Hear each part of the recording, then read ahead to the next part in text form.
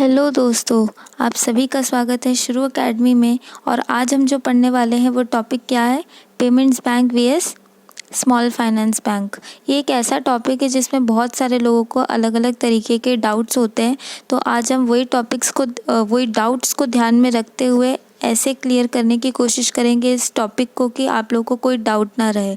और अगर स्टिल आप लोगों को कोई डाउट है तो यूट्यूब में कमेंट सेक्शन क्यों बनाए, फ़ोन उठाओ और टाइप करो वहाँ पर, हम ज़रूर उसका रिप्लाई करेंगे। ठीक है, चलो तो शुरू करें आज का वीडियो।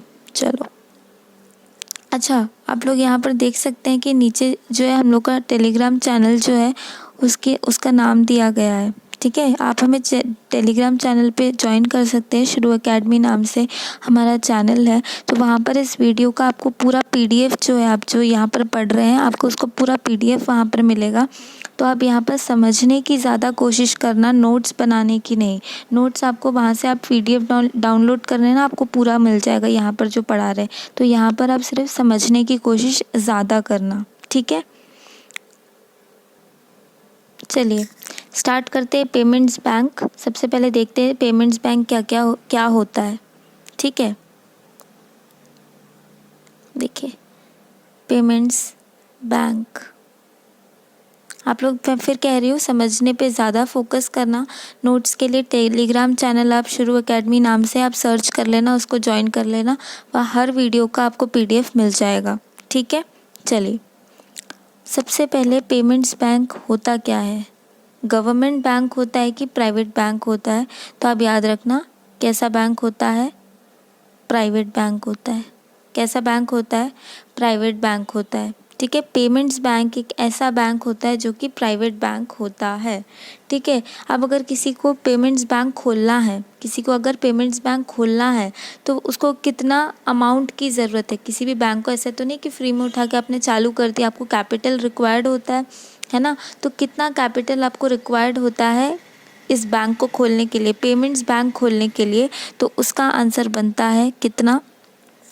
100 करोड़ रुपए। 100 करोड़ रुपए आपको मिनिमम कैपिटल चाहिए इस पेमेंट्स बैंक को खोलने के लिए। ठीक है, अभी तक क्या क्या पढ़ा? सबसे पहला, पेमेंट्स बैंक कैसा बैंक होता है? प्राइवेट बैंक होता है। दूसरा, कितना कैपिटल चाहिए इसको खोलने के लिए? तो आंसर आपका क्या बनता है यहाँ पर? 100 करोड़ रुपए। ठीक है, थर्ड आता है आपका, ये जो बैंक होता है, बैंक में क्या करते हैं अपन ने पिछले वीडियो में भी मैंने बताया था, बैंक के दो काम मेन जो होते हैं, प्राइमरी फंक्शन, वो क्या क्या होता है? एक्सेप्ट करना डिपॉजिट को और लोन प्रोवाइड करना। पर ये जो पेमेंट्स बैंक है, वो भी बैंक तो यहाँ पर वर्ड लिखा है, बट ये जो लोन्स है वो नहीं दे सकता। लोन्स जो है वो ये नहीं दे सकता है। पेमेंट्स बैंक लोन प्रोवाइड नहीं करता है। ये सिर्फ़ और सिर्फ डिपॉजिट्स जो हैं उसको एक्सेप्ट करता है, सिर्फ़ और सिर्फ एक्सेप्ट करता है डिपॉजिट्स को। और वो भी कैसा डिपॉजिट? Demand deposit only. याद रखना, ये इम्पॉर्टेंट है। सिर्फ डिमांड डिपॉजिट को एक्सेप्ट करता है और लोन नहीं देता है। तो आपने अगर आप डिमांड डिपॉजिट्स, टर्म डिपॉजिट, इन सब का मतलब नहीं जानते हैं तो मैं आपको बता दूं, इससे पहले वाला वीडियो जो है मेरा इसी पर था। तो अगर आपने चेकआउट नहीं किया है, उस वीडियो को नहीं देखा, तो आप सबसे पहले वो जाके देख लेना, तभी आपको ये वीडियो देखना चाहिए, नहीं तो आपको कुछ समझ में नहीं आएगा। ठीक है, चलिए, तो ये डिमांड डिपॉजिट, तो अगर आप पिछला वीडियो जिसने देखा है वो रिकॉल कर सकते हैं कि जिसका भी डिमांड डिपॉजिट होता है वो किस तरीके के अकाउंट खुलवा सकते हैं। 2 तरीके के अकाउंट खुलवा सकते हैं। कौन कौन से? सेविंग्स अकाउंट और करेंट अकाउंट। तो पेमेंट्स बैंक में आपके किन तरीके के अकाउंट खुल सकते हैं? सेविंग्स अकाउंट और करेंट अकाउंट। ठीक है, आई होप आपको इतनी बातें समझ में आ गई होगी। चलिए अब आगे देखते हैं क्या क्या है। देखिए सबसे अब नेक्स्ट पॉइंट, ये जो पेमेंट्स बैंक होता है उसको खोलने के लिए सबसे पहले मिनिमम कैपिटल आपको 100 करोड़ रुपए चाहिए, ये तो मैंने आपको बता दिया। और एक और कंडीशन रहते हैं कि इसके जो पेमेंट्स बैंक होते हैं, कोई भी बैंक होते हैं, उनके ब्रांचेस होते हैं ना, तो पेमेंट्स बैंक के जो ब्रांचेस हैं उसके 25% ब्रांचेस जो होते हैं वो अनबैंक्ड रूरल एरियाज़ में होने चाहिए, ठीक है, रूरल गाँवों में होने चाहिए जहाँ पर बैंक नहीं है, वहाँ पर इसका 25% ब्रांचेस खुलने चाहिए, ठीक है। और अब आगे देखते हैं इसका और आगे क्या काम होता है। ये जो होता है डेबिट कार्ड इश्यू करता है। अब भैया तुम अकाउंट खुलवाओगे सेविंग्स अकाउंट, तो पैसे कहाँ से निकालोगे इसमें से, तो डेबिट कार्ड ये इश्यू करता है। बट ये कि सिर्फ और सिर्फ डेबिट कार्ड, सिर्फ और सिर्फ डेबिट कार्ड इश्यू करता है, कोई क्रेडिट कार्ड वगैरह कुछ नहीं।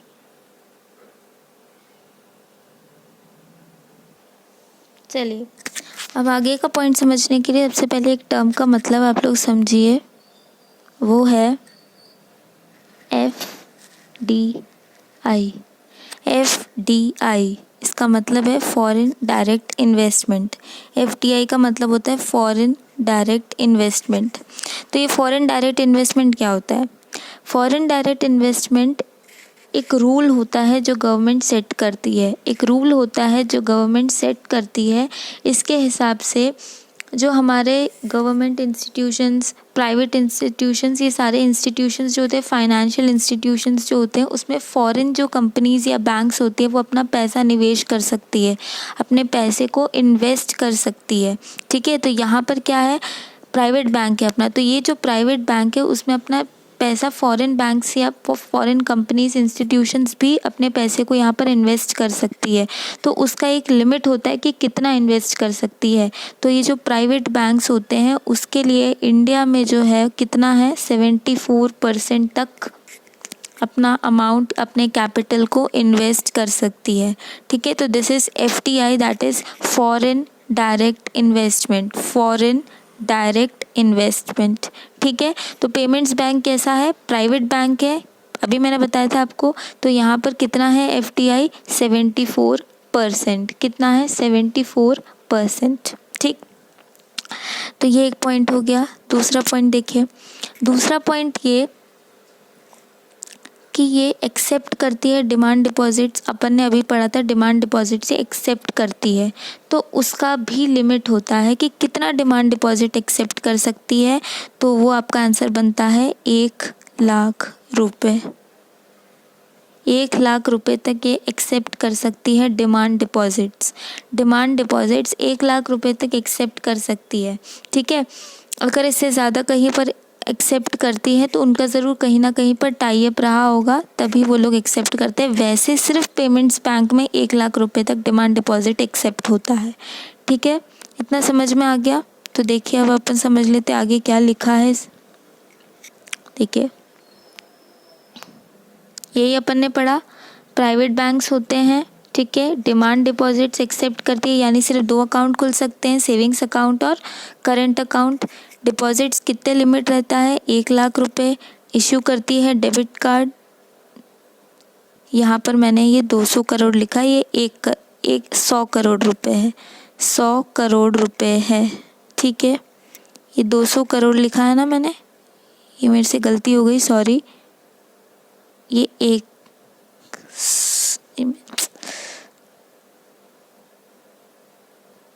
100 करोड़ रुपए है यहाँ पर, ठीक है। तो इतना मिनिमम रिक्वायरमेंट चाहिए रहता है कैपिटल का, ठीक है। अब आगे बढ़ते हैं। 25% ब्रांचेस जो हैं वो अनबैंक्ड रूरल एरियाज़ में होना चाहिए। 7th जो मैंने बताया आपको फॉरेन डायरेक्ट इन्वेस्टमेंट, ये कितना है अभी, 74% चल रहा है प्रेजेंटली।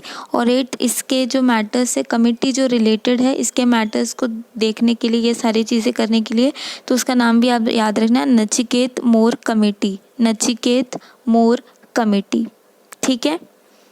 चलिए और इसके कुछ एग्जांपल्स आप लोग देख लो। देखो पेटीएम पेमेंट्स बैंक हो गया आपका, Jio payments bank, India post payment bank, Airtel payments bank, ये सारे बहुत इंपॉर्टेंट पेमेंट बैंक है, तो आप इसको भी याद ज़रूर कर लेना, ठीक है। और तुम लोग यार वीडियो को लाइक नहीं करते, अभी जितने भी लोग देख रहे हो ना, वीडियो को पहले लाइक करो, तभी हम आगे बढ़ेंगे। वीडियो तो हम पूरा पढ़ा ही देंगे आप लोगों को, आप पहले लाइक तो कर लो। और हाँ, और एक और इम्पॉर्टेंट चीज़, बैंकिंग अवेयरनेस यहाँ तो मैं आपको पूरा पढ़ा ही दूँगी, बट अगर कुछ चीज़ें होती हैं जो आपको सेल्फ स्टडी करना पड़ता है, तो जितने भी बुक्स उसके लिए इम्पॉर्टेंट है ना, वो मैंने सारे आपको लिंक में दिया है। मैं रिकमेंड करूँगी कि आप उसको एक बार ज़रूर देख लेना, वो लिंक में से जाकर बुक्स को देख लेना, अच्छे बुक्स हैं, ठीक है। और ये चैनल को आपको अच्छा लगे तो सब्सक्राइब भी कर देना यार। अब कैसा करते हो तुम लोग भी। चलो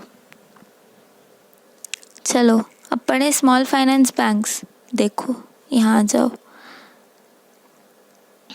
सबसे पहला तो ये कि ये भी क्या होता है, प्राइवेट बैंक होता है।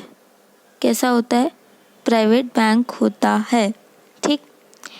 और अब ये जो होते हैं बैंक्स, लोन भी देती है और एक्सेप्ट भी करती है डिपॉजिट्स।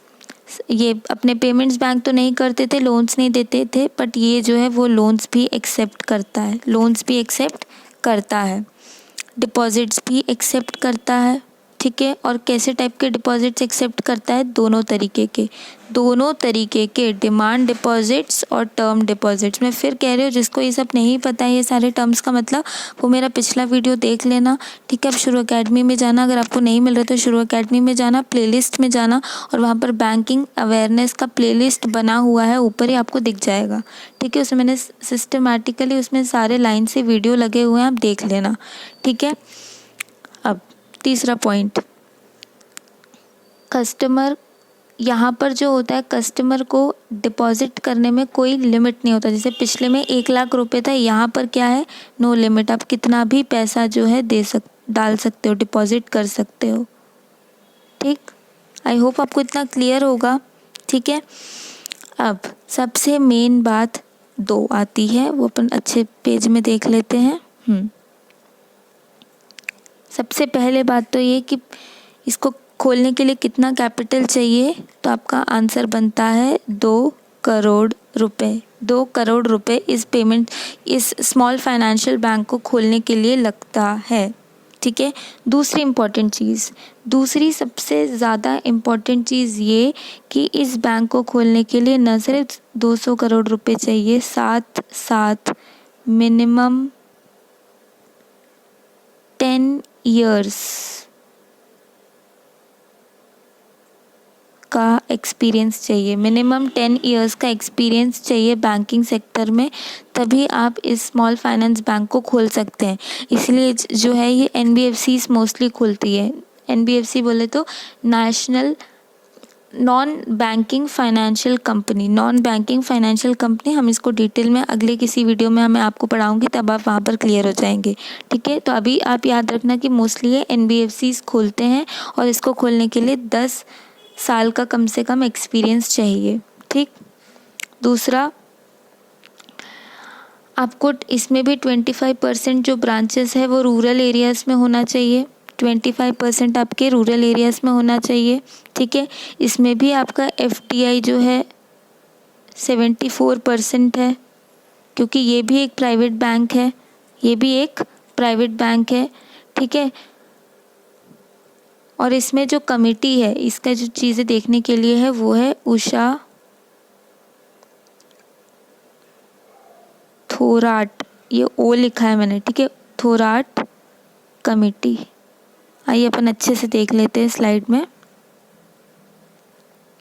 देखिए, स्मॉल प्राइवेट बैंक होता है, ठीक है, प्राइवेट बैंक होता है, दोनों टाइप के डिपॉजिट्स एक्सेप्ट करता है, लोन्स भी देता है, कोई डिपॉजिट में कोई लिमिट नहीं होती। जैसे पेमेंट बैंक में 1,00,000 तक ही आप कर सकते थे, इसमें कोई नहीं होती, कितना भी कर सकते हो। 10 साल का आपको मिनिमम एक्सपीरियंस चाहिए, ठीक है। आप अभी ये नोट मत करना, अपने समझने पे फोकस करना। टेलीग्राम चैनल है, उसका भी लिंक आपको डिस्क्रिप्शन बॉक्स में मिल जाएगा। वो टेलीग्राम ग्रुप में आप जाना, उसको ज्वाइन कर लेना, पूरा PDF ही आपको मिल जाएगा। ये जो दिख रहा है ना, पूरा आपको वहाँ भी मिलेगा, ठीक है। और 25% ब्रांचेस इसके रूरल एरियाज़ में होने चाहिए। मिनिमम कैपिटल, ये देखा मैंने उल्टा लिखा है यहाँ पर, ये 200 करोड़ रुपए चाहिए, ठीक है। फॉरेन डायरेक्ट इन्वेस्टमेंट जो है यहाँ पर 74% और कमेटी है उषा थोराट, ठीक है। आई होप आप लोगों को इतना समझ में आ गया होगा। इसके कुछ एग्जाम्पल्स भी आप देख लो, इसके एग्जाम्पल्स नहीं है, तो मैं आपको एग्जाम्पल्स इसके बता देती हूँ कौन कौन से एग्जाम्पल्स हैं इसके। तो इसके एग्जाम्पल्स हैं उज्जीवन स्मॉल फाइनेंस बैंक होता है, एक है जना स्मॉल फाइनेंस बैंक, तो और भी बहुत सारे होते हैं। तो इस तरीके के आपके स्मॉल फाइनेंस बैंक यहाँ पर कंप्लीट होता है। ठीक है, अब सबसे मेन इम्पॉर्टेंट क्वेश्चन, क्या पेमेंट्स बैंक आपका स्मॉल फाइनेंस बैंक बन सकता है? क्या पेमेंट्स बैंक आपका स्मॉल फाइनेंस बैंक बन सकता है? तो आपका यहाँ आंसर बनता है यस। क्या आंसर बनता है आपका? यस। अब कैसे बन सकता है payments bank small finance bank में? कैसे बन सकता है? स्मॉल फाइनेंस बैंक को 10 साल का एक्सपीरियंस चाहिए खोलने के लिए, पेमेंट्स बैंक को तो वो नहीं चाहिए। पर payments bank small finance bank कैसे बन सकता है? तो उसका सिर्फ एक कंडीशन होता है, अगर वो उसको फुलफ़िल करता है तो वो बन सकता है। और वो कंडीशन क्या है? वो कंडीशन है कि उसको कितना चाहिए एक्सपीरियंस। स्मॉल फाइनेंस अकेले खोलो तो चाहिए 10 साल का।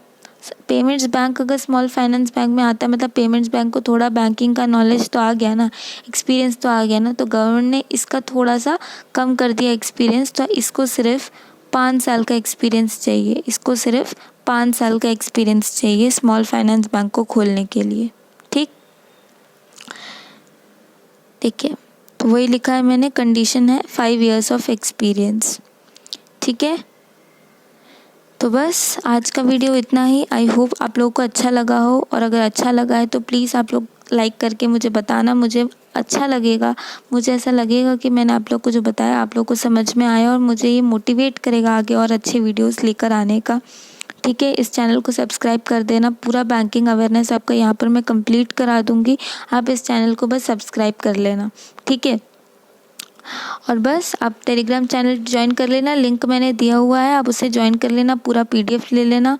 ठीक है, और बुक्स का भी मैंने वहाँ लिंक दिया है, वो भी चेकआउट कर लेना। ठीक है, तो बस बाय, थैंक्स फॉर वॉचिंग।